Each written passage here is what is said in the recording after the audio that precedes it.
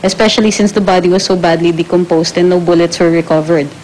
So in that case, the crime was proven. The accused was identified by an eyewitness. Sa isang kaso, ayon kay Atty. Angeles, ang pinakamahalaga raw ay ang testimonya ng eyewitness. For example, undisputable naman yung existence of the crime, undisputable yung cause of death in a murder or homicide case. And in cases, for instance, where there is an eyewitness at hindi impeachable yung eyewitness na yon, then the murder weapon becomes irrelevant. Sa Ramjan Revilla case, ang testigo na si Ruel Puzon ay kasama sa pagplano pero di na sumama sa umano'y operasyon kaya di niya nakita ang pagpatay sa anak ni dating Senador Ramon Revilla Sr. Ang isa pang inaasahang star witness ay si Janelle Manahan, ang girlfriend ni Ramjan na kasama nung gabing yun at nabaril din ng mga suspect. Nasa kwarto rin ni Ramjan ang kapatid ni si Ramona Mara Bautista pero kasama ito sa sinampahan ng reklamong murder at frustrated murder. Para sa unang balita, June Veneracion, reporting. Eksklusibo namang nakapanayam ng GMA News ang itinuturing ngayong star witness ng pulisya na naging bahagi raw ng planong pagpatay kay Ram Revilla. Ang kanyang buong salaysay sa report ni Salima Refran.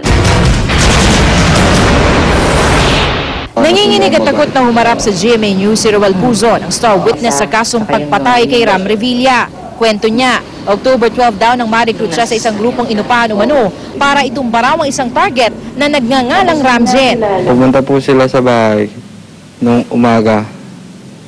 Kinatok po nila ako, pinagising po nila ako sa nanay ko. Tumatawag nga raw po sa akin na Glyza at Norwin ng pangalan. Tapos gumising po ako, pumunta po ako sa kanila. Sinama po nila ako sa sasakyan. Nagkukwentuhan po sila nung sumablay po sila ng pagpatay kay Ramjen. Gusto po nila palitan yung isang tao. At kahit nga po nila ako na pumalit doon sa Kiko po. Ang unang attempt na ito sinagawa umano noong madaling araw ng October 12. Paano daw sumablay? Anong nangyari? Kumatok po sila at may narinig po silang kasan ng baril kaya po natakbo sila pababa. Kaya muli raw nagplano ang grupo. Tatayo daw na gunman si Puzon kasama ang manahuli ng suspect na sina Michael J. Altea at Roy Francis Tolisora. Ang mag-live-in naman na sina Glyza Vista at Norwin de la Cruz bukod sa nagre-recruit ang siyang mga mata ng operasyon. Habang isang alias Brian ang magsisilbing direct contact ng kanilang boss. Ang boss na ito, noong October 12 lang din daw niya nakilala nang ibigay daw sa kanilang pera para raw sa mga gagamitin sa operasyon. Nung nag-abutan po ng pera sa C5, nung pambili po ng gamit na gagamitin sana ng motor sa yung baril, nagbigay po sila ng 19,000. Nung pagkabigay po ng 19,000, lumingon po yung isang tao. Doon ko po nakilala yung mukha niya. Hindi man pinakilala, nalaman niyang Joseph ang ngalan nito mula sa usapan ng mga kasama niya. Nang arestuhin si Ramon Joseph R.J. Bautista noong October 31, kasama si Puzon sa operasyon at doon nakilala ni Puzon si R.J. Bautista na siyang nagbigay umano ng pera sa kanila na pambili raw ng baril sa C5.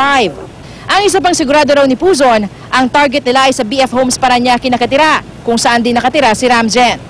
Halos araw-araw po sila nandun sa BF. Araw-araw? Opo. Anong ginagawa nila dun? Inaabangan po nila kung lalabas po ng bahay. Mag-iinom po doon. Doon po nila, paglabas po, doon po nila babanatan. Yun ang unang usapan? Opo.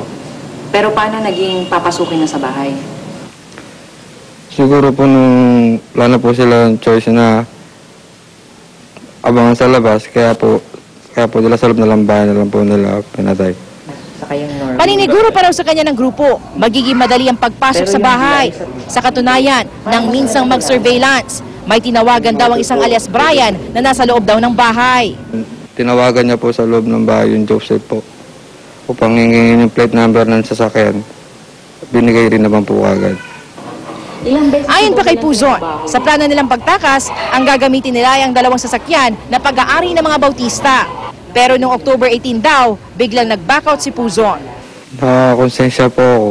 Hindi ko po kaya na gawin. Tapos nalaman ko po na anak po pala ni Senator Ramon Revilla Sr. po yan. Yung target po. Hindi na po ako sumipot sa usapan. Hindi na po ako nagpakita sa kanila. Pilit daw niyang kinalamutan na ito hanggang sa...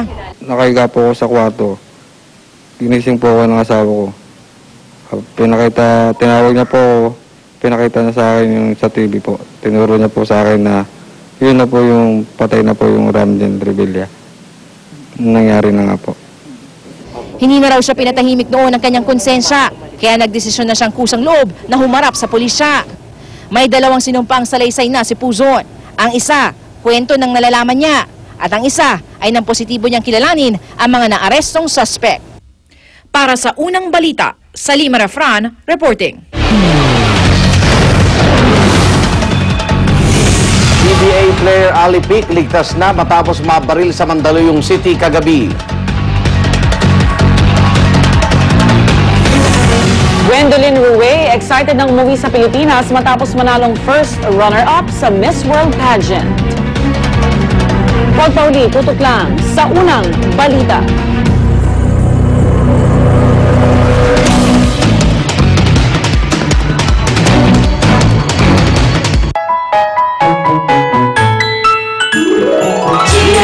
GMA, kapuso pas na. Ang anong saya, sa bawat isa. Pasko sa puso ng muyo, umaapaw ang rest. Sama-sama, kapuso turao, sabay-sabay tayo na kapuso. GMA, kapuso pas na. Kapuso, ipagmalaki natin sa buong mundo ang ating likas na yaman. Having just seen the Puerto Princesa Underground River myself, I can honestly say that it deserves to be included in the roster of the world's new 7 wonders of nature.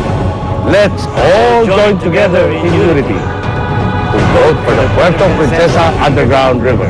Text PPUR and send to 2861 or vote online through this website. Vote now, Kapuso! In 1999, Sweden went there, France filmed there, Serbia, Holland, Belgium, Denmark, Norway, Israel. Why not bring it home? So the team went out and found this amazing location. You can't deny it's one of the most beautiful places in the world, the perfect location for Survivor because it's very isolated, it's very exciting. Ang mas maganang pagsalubong sa inyong umaga ay hatid ng unang hirit at Select Toyo.